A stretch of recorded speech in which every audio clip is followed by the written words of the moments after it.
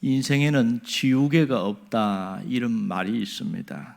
그러기에 잘못 살면은 후회밖에 남지 않는다 그런 얘기겠지요. 그 중에서 가장 후회가 되는 것은 말 때문에 나타나는 일들이 굉장히 많습니다. 오늘 설교의 주제도 말에 대한 이야기입니다.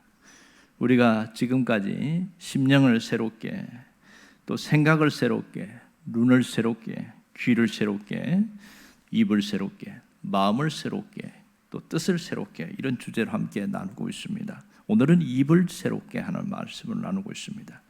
이 본문 말씀은 1절에 보면 유대왕 우시야 왕이 죽었을 때 일어난 일이다 이렇게 얘기하고 있습니다.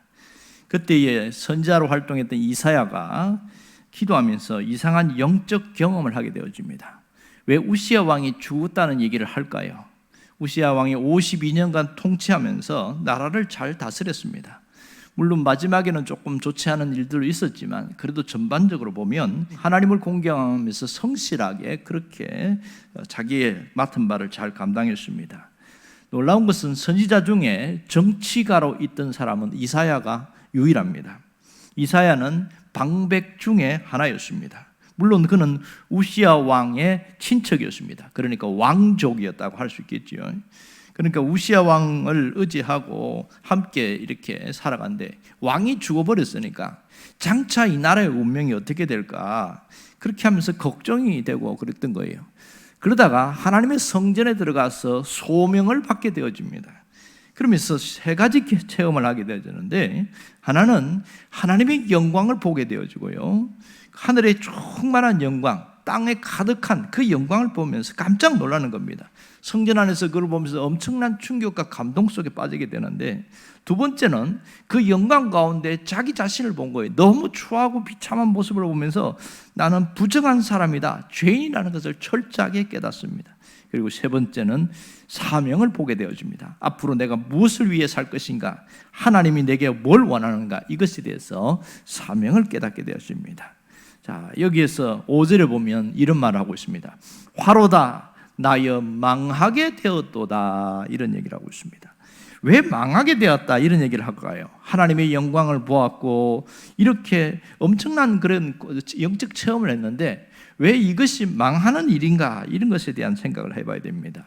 사실은 당시 구약에 보면 하나님의 영광을 본 자들은 거의 죽은 자처럼 나타나는 반응이 일어나는 경우가 있습니다. 첫 번째는 모세 옆에 있었던 사람들의 반응입니다. 그러니까 출애굽기에 보면 그런 얘기가 나오잖아요. 보면 출애굽기 20장에 보면 모세가 특별히 하나님 영광 가운데 체험을 하는데 그 옆에 있던 백성들이 그걸 보고 야 끝났다, 우리 죽겠다, 이렇게 하면서 벌벌벌 떨면서 납작 엎드립니다. 물론 하나님이 죽이지는 않았어요. 대부분 그 하나님의 영광을 보면 거의 죽은 자처럼 되어집니다. 두 번째는 다니엘이라는 사람인데 바벨론의 그 히데겔 강가에서 거기서 여호와의 영광이 임하였고 하나님의 임재를 체험합니다. 이때 다니엘은 뭐라고 그러냐면 온몸 힘이 쫙 다 빠지고 그렇게 하면서 내가 변해서, 얼굴이 변해서 혼절하게 되었다, 이렇게 기절까지 했다, 이렇게 얘기를 합니다. 세 번째 하나님의 영광을 본 사람은 사도 요한입니다. 그는 복음을 전하다가 체포돼서 밤모섬에 유배되었는데 거기서 부활성취하는 하나님 예수님을 보면서 엄청난 영광 가운데 납작 엎드려져서 그가 죽은 자처럼 되었다, 이렇게 얘기를 하고 있습니다. 자, 이러한 하나님의 영광은 감당할 수 없습니다. 누가?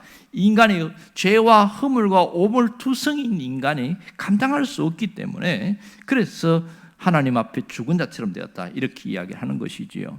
자, 그 다음에는 화로다. 왜 하나님의 영광을 본 것이 화가 될까? 이 화로다, 이 말이 뭐냐는 거예요. 이것은 정말 이사야가 자신에게 화가 임했기 때문에 하는 말입니까? 아니면 자신의 모습을 보면서 아, 내가 엄청난 문제가 있는 자다, 이런 뜻일까요?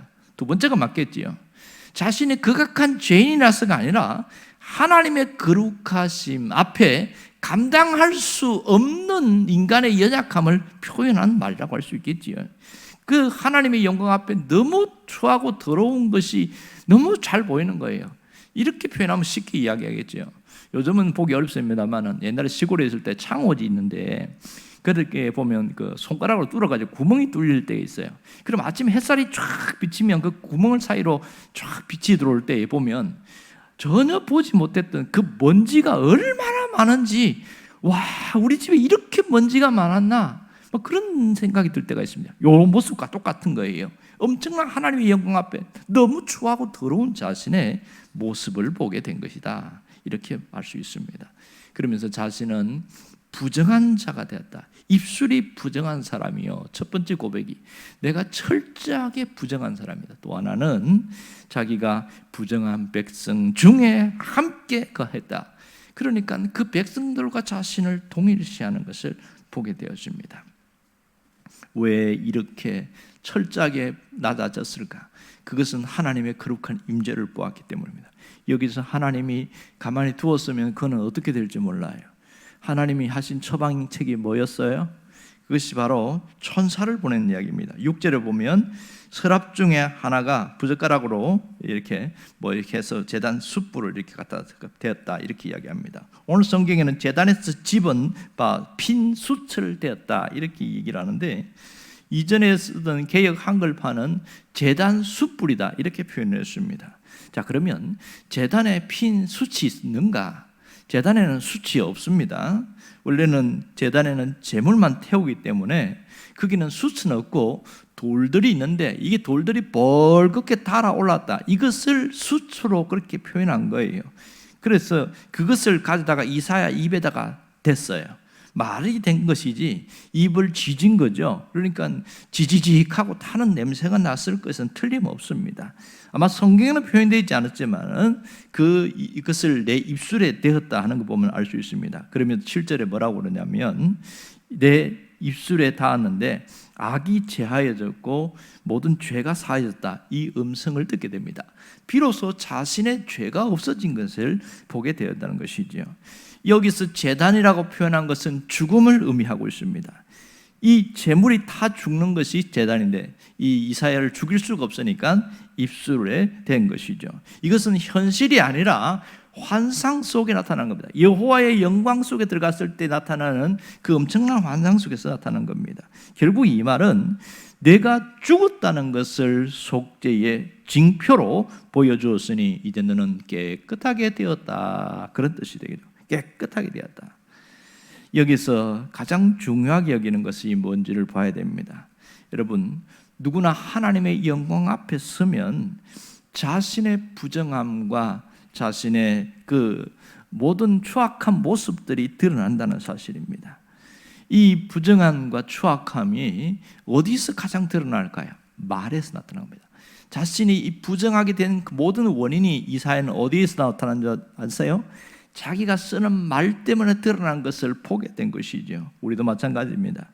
내가 하는 말 때문에 우리가 부정한 자가 되는 겁니다. 그런데 가끔 사람들은 그 말과 자기 자신을 분리해서 생각하는 경우가 많습니다. 이게 문제가 있는 것이죠.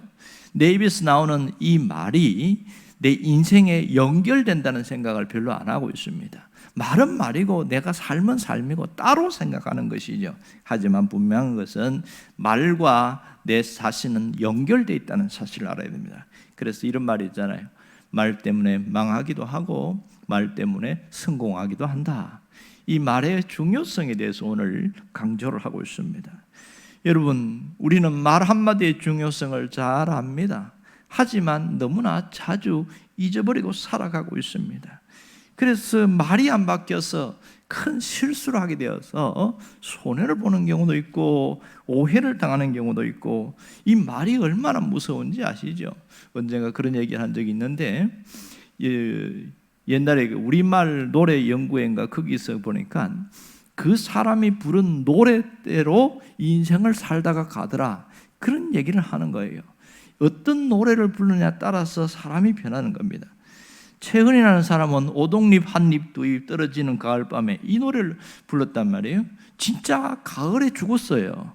이게 엄청난 충격이었어요. 권혜경이라는 사람은 산장의 여인을 불렀는데 그 가사 자체가 굉장히 어둡고 칙칙합니다. 그래서 간암과 위장 온갖 암병에 걸려서 죽었습니다.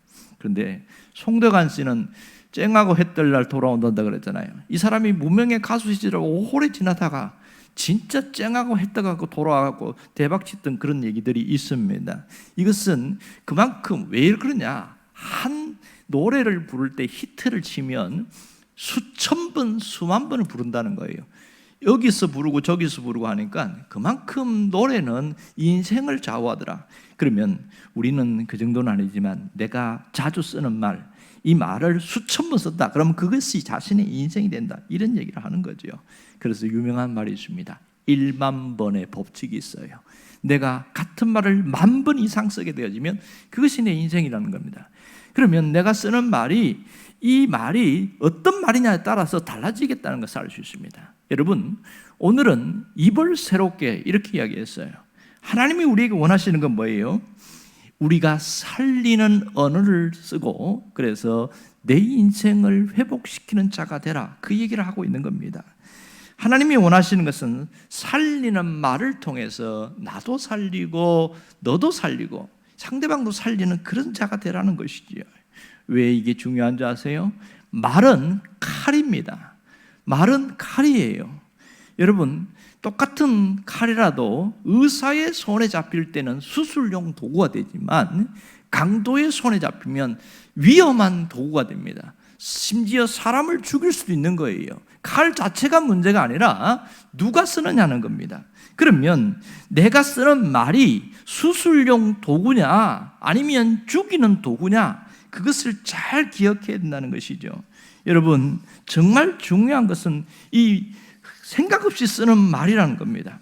우리의 언어가 거듭나야 되는데 예수를 믿었는데도 언어가 거듭나지 않은 사람들이 너무 많습니다. 그래서 신앙생활하면서 교회 안에서 상처를 주는 이유는 바로 이런 부분입니다. 언어가 중생을 해야 되는데 안 바뀌는 거예요. 여러분, 언어가 중생하면 어떻게 달라진지 아세요? 믿음의 언어를 씁니다. 믿음의 언어라는 것은 살리는 언어를 말하고 있습니다. 그럼 문제는 왜 안 바뀌냐는 거예요. 왜 안 바뀌냐? 첫 번째는 문제의식이 없어요.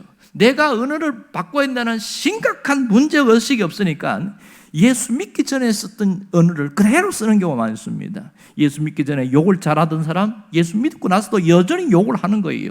예수 믿기 전에 거짓말하고 사기치는 말로 습성이 있는 사람, 믿은 이후에도 그대로 쓰는 거예요. 왜요? 내가 이 언어에 중생이 있어야 한다는 것을 문제의식이 없으니까 변화가 없는 겁니다. 여러분, 문제의식이 있는 사람은요 달라져요. 왜 문제의식이 없느냐? 이것이 천국 가고 지옥 가고 내가 이렇게 말한다고 더 지옥 가냐? 이렇게 하는 거예요. 그래도 괜찮지, 대수롭지 않게 생각하기 때문에 그렇습니다. 정말 언어가 변하려면 자아가 십자가에서 죽어야 하는 것을 인정하고 이 언어가 십자가를 통과해야 됩니다. 언어가 십자가를 통과해야 비로소 변화된 모습인 것이죠. 우리 옛날에 그 찬양 중에 보면 나의 입술과 모든 말이 주께 연락되기를 원하네, 이런 찬양이 있어요. 내 입술의 모든 말이 하나님께 연락되기를 원한다. 그것이 살리는 말일까요? 죽이는 말일까요? 이 믿음의 언어겠지요, 당연히. 여러분, 이 언어에 대한 영적인 각성이 일어날 수 있기를 바랍니다. 상처 주고 아픔 주고 그런 파괴적인 언어를 썼다면 이제는 바꾸어야 됩니다. 특별히 죽이는 언어를 바꾸어 나가야 합니다. 누구를 죽이느냐? 이 자신을 죽이는 언어를 바꾸어 나가야 합니다. 자신을 죽이는 언어 중에 가장 강력한 무기가 있는데 그게 뭔지 아세요? 원망과 불평입니다. 원망과 불평은요, 상대방을 죽이는 게 아니라 나 자신을 죽입니다. 그 일이 있잖아요. 성경에 보면 민수기 13장 14장에 보면 이스라엘 백성들이 왜 40년 동안 그렇게 돌다가 다 죽었냐? 그들이 결정적인 순간에 원망과 불평 때문에 죽었다는 것을 우리가 익히 알고 있습니다.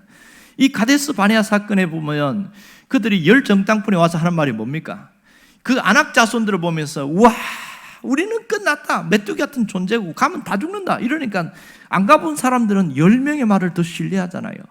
2명이 이야기를 해도 안 믿습니다. 그러면서 그들이 마음이 녹았고 그러면서 원망하면서 돌을 들어서 모세를 죽이려고 하는 그 모습 보세요. 그때에 민수기 14장에 보면 아주 충격적인 얘기를 합니다. 그 하나님이 뭐라면 이 원망하는 악한 회중을 내가 어느 때까지 참겠냐 그러면서 내가 이들을 쓸어버리겠다 이 얘기를 하면서 민수기 14장 28절에 충격적인 얘기를 합니다. 뭐라고 하냐면 나의 삶을 두고 맹세하노라 너희 말이 내게 들린 대로 내가 너희에게 행하리니 그들이 우리가 죽을 것이다 이 광야에서 죽을 것이다 말한 그대로 하나님이 죽게 내버리던 거예요.